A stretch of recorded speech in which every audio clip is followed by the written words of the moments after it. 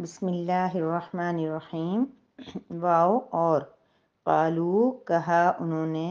لن ہرگز نہیں، تمسنا چھوئے گی، تمسا چھوئے گی نہ ہمیں، النارو آگ،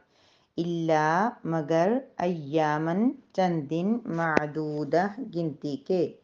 قل آپ کہہ دیجئے، کیا اتخذ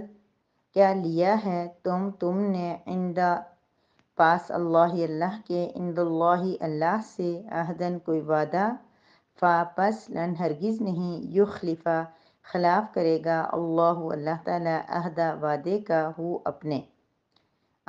یا تقولون تم کہتے ہو، علی پر اللہ علی اللہ اللہ پر، ما جو لا نہیں، تعلمون تم جانتے۔ وقالوا لا تمسنا النار الا ایاما معدودہ، اور کہا انہوں نے، ہمیں آگ چند دنوں کے سوا ہرگز نہیں چھوئے گی۔ قل آپ کہہ دیجئے، اتخذتم عند اللہ عہدا کیا تم نے اللہ سے کوئی وعدہ لیا ہوا ہے، فلن یخلف اللہ عہدہ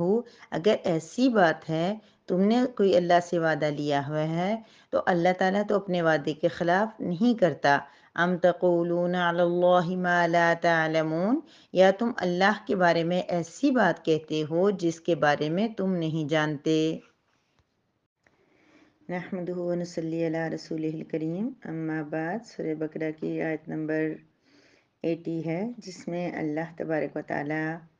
یہودیوں کی ایک خوش فہمی کا ذکر فرما رہے ہیں، اور یہ وہی ہے جس کا ذکر پہلے بھی گزر چکا ہے،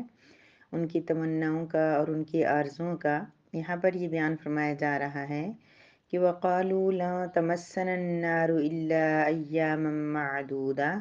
اور وہ کہتے ہیں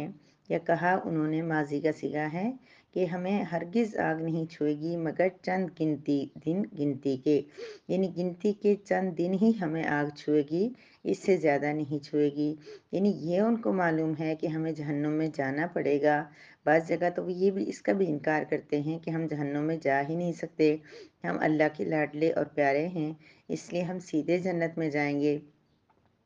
لیکن بسا اوقات یہ بھی مانتے ہیں کہ وہ جہنم میں جائیں گے، لیکن کیا ہوگا، مس سے ہے چھونا، جسے ہم مسا کہتے ہیں نا وضو میں، اس لیے کہ اس کو ہم لوگ باقاعدہ پانی سے دھوتے نہیں ہیں بلکہ صرف مسا کرتے ہیں، یعنی چھوتے ہیں، ہاتھ گیلا کر کے وہاں مارتے ہیں، تو مس کہتے ہیں چھونے کو۔ تمسنا ہرگز نہیں چھوئے گی ہمیں، النار آگ مگر چند دن، یعنی کچھ ہی دن۔ اب یہ کچھ دن سے ان کی کیا مراد ہے؟ بعض کہتے تھے کہ 7 دن صرف جو ہے ہمیں جہنم میں ڈالا جائے گا، اور بعض کہتے ہیں کہ 40 دن، کیونکہ 40 دن ہم نے بچڑے کی پوجا کی تھی ہمارے ابو اجداد نے، اور بعض کہتے ہیں کہ 40 سال جتنا وہ وادی طیبہ میں رہے تھے، اور بعض کہتے ہیں کہ دنیاوی زندگی جس کی جتنی ہے اتنے سال وہ جہنم میں رہے گا۔ اور پھر بعض اوقات یہ بھی وہ کہتے ہیں کہ دنیا کی کل عمر 7000 سال ہے، یعنی وہ ان کا یہ کنسپٹ ہے کہ 7000 سال تک زندگی ہوگی، دنیا ہوگی، تو وہ کہتے ہیں کہ 1000 سال کے بدلے میں ایک دن جہنم میں رہیں گے، یعنی صرف 7 دن جہنم میں رہیں گے، یہ ان کا کہنا ہے۔ تو اللہ تبارک و تعالیٰ فرما رہے ہیں کہ وہ یہ بات کہتے ہیں کہ ہمیں آگ نہیں چھوئے گی، ہم جہنم میں نہیں جائیں گے، یا گئے بھی تو بہت تھوڑا ٹائم جائیں گے۔ تو اللہ پاک ان سے ایک استفہامیہ نبی کریم صلی اللہ علیہ وسلم سے فرما رہے ہیں، قل آپ کہہ دیجئے، اللہ پاک نبی کے منہ سے کہلوا رہے ہیں کہ آپ ان سے یہ کہہ دیجئے کہ کیا تم نے اللہ سے کوئی وعدہ لیا ہوا ہے؟ ایک یہ استفہامی انکاری ہے، اس کو کہتے ہیں کہ اللہ پاک یعنی کہ سوال بھی کر رہے ہیں لیکن ساتھ اس کی تردید بھی فرما رہے ہیں، یعنی اللہ پاک فرما رہے ہیں کہ تم ان سے پوچھ لو کہ کیا تم نے کوئی وعدہ لیا ہوا ہے۔ پھر اللہ پاک فرما رہے ہیں کہ اگر وعدہ لیا ہوا ہے پھر تو اللہ اپنے وعدے کے خلاف نہیں کرے گا، ٹھیک ہے، اگر تم نے وعدہ کیا ہوا ہے تو اللہ تو غفور الرحیم ہے، اللہ اتنی بڑی ذات ہے، وہ اپنے وعدے کے کبھی خلاف نہیں کرے گا۔ اس کا مطلب یہ ہے کہ تم نے وعدہ لیا ہوا ہے اور تم تو پھر جنت میں جاؤ گے، پھر اللہ تو اپنا وعدہ پورا کر کے رہے گا۔ لیکن پھر ساتھ اللہ پاک ان کی تردید فرما رہے ہیں، اللہ فرما رہے ہیں نہیں، ان کا اللہ کے ساتھ کوئی ایسا عہد و پیمان نہیں تھا، یعنی اللہ پاک ان کو کہہ تو رہے ہیں کہ تم یہ کہہ دو کہ تم نے وعدہ لیا ہوا، اگر وعدہ لیا ہوا تو اللہ وعدے کے خلاف نہیں کرے گا، لیکن ساتھ بتا بھی رہے ہیں کہ ام تقولون کیا تم کہتے ہو علی اللہ اللہ تعالیٰ پر ما لا تعلمون جو نہیں جانتے، یعنی ریئلٹی بھی اللہ پاک بتا رہے ہیں کہ سچ تو یہ ہے کہ تم اللہ پہ ایسی بات کہہ رہے ہو کہ جس کے بارے میں تمہیں کچھ علم نہیں ہے، ایک پاس سے بات پر مثلا اگر آپ کہتے ہو کہ ہمیں چند دن آگ چھوئے گی، تو یہ کہاں لکھا ہوا ہے، کس جگہ لکھا ہوا ہے، یہ تو تم اپنے پاس سے یہ بات بنا رہے ہو۔ تو اللہ پاک ان سے اسی جملے کے اندر یہ بات فرما رہے ہیں کہ یا تم کہہ رہے ہو، یعنی مطلب یہ ہے کہ اس کا مطلب یہ ہے کہ تم کہہ رہے ہو یہ بات ما لا تعلمون، تو جو تم جانتے نہیں ہو۔ اتنا مفہوم ہے کہ اللہ پاک کے ان کی اس ایک اور عقیدے کی تردید اس آیت مبارکہ کے اندر بیان فرما رہے ہیں کہ وہ لوگ یہ سمجھتے تھے کہ ہمیں کچھ ہی دن جہنم میں جانا پڑے گا، تو اللہ پاک نے ان کو طنز کے انداز میں پوچھا کہ کیا وعدہ کیا ہوا ہے؟ اگر وعدہ کیا ہوا ہے تو پھر تو تم ضرور جاؤ گے۔ پھر اللہ پاک نے ان کی تردید بھی فرما دی، نہیں تم جو اللہ پہ ایسی بات کر رہے ہو جس کے بارے میں تمہیں کوئی بات معلوم نہیں ہے، یعنی تم پروردگار کی طرف انتہائی غیر منصفانہ بات منسوخ کر رہے ہو، اور اللہ پاک نے ایسی کوئی بات نہیں کہی ہے۔ کب کہی ہے اللہ پاک نے ایسی بات؟ تو اللہ تبارک و تعالیٰ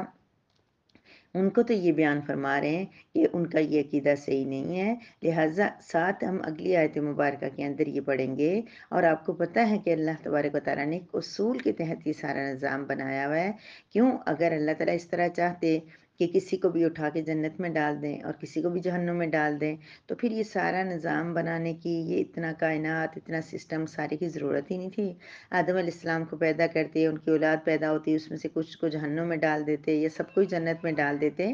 اللہ پاک نے یہ پورا دنیا کا نظام اسی لیے بنایا ہے کہ ہم خود چوز کریں اپنے لیے۔ اللہ پاک نے دنیا بھی بنائی، اس میں ہمارے اندر برائی کا مادہ بھی رکھا، اچھائی کا مادہ بھی رکھا، اور پھر اللہ پاک نے فرمایا کہ ہم خود اس کو دیکھیں۔ جو شخص انسان اچھا ہوگا اللہ کے احکامات کے مطابق، پھر اللہ نے اپنے نبیوں کو بھیجا، طریقہ بتایا، کتابیں بھیجی، کہ پھر اللہ پاک نے راستے دکھائے۔ اللہ تعالیٰ ہمیں دکھا رہے ہوتے ہیں ہر روز ہر چیز، صبح اٹھو اور رات سونے تک ایک دن آپ ایسا محسوس کر لیں کہ جس میں ہم اللہ تبارک و تعالیٰ کے انعامات، اللہ کی نعمتیں، اللہ تعالیٰ کی نشانیاں دیکھیں،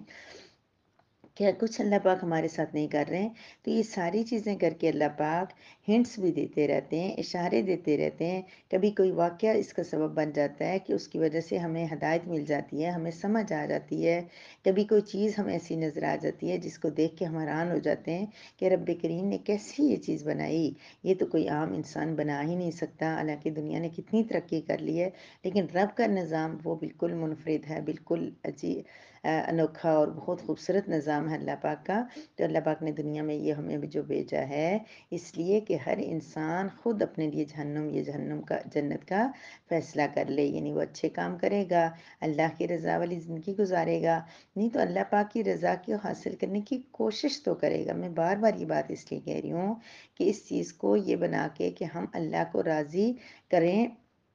اللہ تعالیٰ بہت غفور الرحیم ہے، وہ ہم سے راضی رہے گا، وہ ضرور راضی رہے گا، وہ بہت بخشنے والا ہے، لیکن طلب تو کریں، بخشش مانگنے کا ارادہ تو کریں، اس سے بخشش مانگے تو صحیح، اس کو راضی کرنے کی کوشش تو کریں، اس کی جن چیزوں سے اس نے ہمیں منع کیا ہوا ان سے بچنے کی کوشش تو کریں، نیک اعمال کر کے اللہ کو راضی کر کے اپنے لیے جنت۔ ہمارا ابھی بھی اگر ایک انسان پوری زندگی اللہ کی رضا کے مطابق گزارتا ہے، کبھی کوئی نافرمانی نہیں کرتا، بہت عبادات کرتا ہے، تب بھی وہ صرف اور صرف اپنے اعمال کی بیس پہ جنت میں نہیں جائے گا، پھر بھی اس کو اللہ کے کرم کی ضرورت ہوگی، اللہ کے فضل سے جائے گا۔ کیوں کہ اللہ کا فضل شامل حال نہ ہو تو ہم تو ایک سانس کا حق ادا نہیں کر سکتے۔ یہ تو تب پتہ چلتا ہے جب کرونا کے دور میں وینٹیلیٹر پہ رکھا جاتا تھا تو پتہ چلتا تھا کہ ایک دن وہاں پہ کتنی قیمت دینی پڑتی ہے جب یہ سانس مشینوں کے ذریعے لیا جاتا ہے۔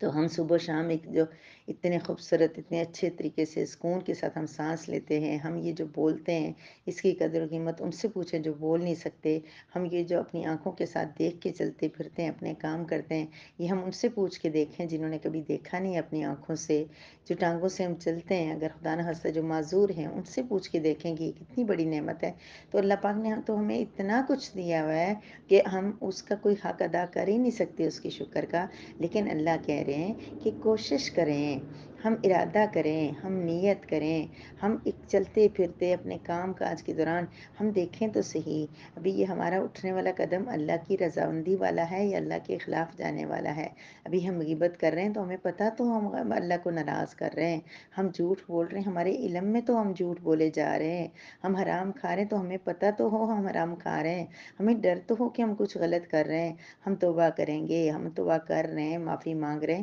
تو پھر اللہ پاک کی ذات ہمیں معاف کر دے گی۔ لیکن ہٹ درمی، ضد، انا، یہی چیزیں تو بنی اسرائیل کو تباہ کر گئی۔ بنی اسرائیل تو ہم سے بہت آگے تھے، وہ تو انبیاء کی نسل تھے، ان کے اندر تو بار بار نبی آتے تھے، پھر کیا وجہ ہوئی کہ آج قرآن ہمیں یہ سنا رہا ہے کہ ہم بنی اسرائیل جو وہ جہنم میں جائیں گے، ان کے ساتھ کوئی اللہ کا عہد و پیمان نہیں ہے، ان میں سے زیادہ جو ہے جنہوں نے اللہ کو ناراض کیا وہ جائیں گے، ان کی اور ان کو دنیا میں بھی سزائیں ملتی تھی۔ اس کی وجہ یہی ہے کہ ان لوگوں نے صرف یہ نہیں کیا تھا کہ اللہ کو تنگ کرنا یا گناہ کرنا یا نافرمانیاں کرنا، بلکہ ان کے اوپر ہٹ درمی اختیار کر لی تھی،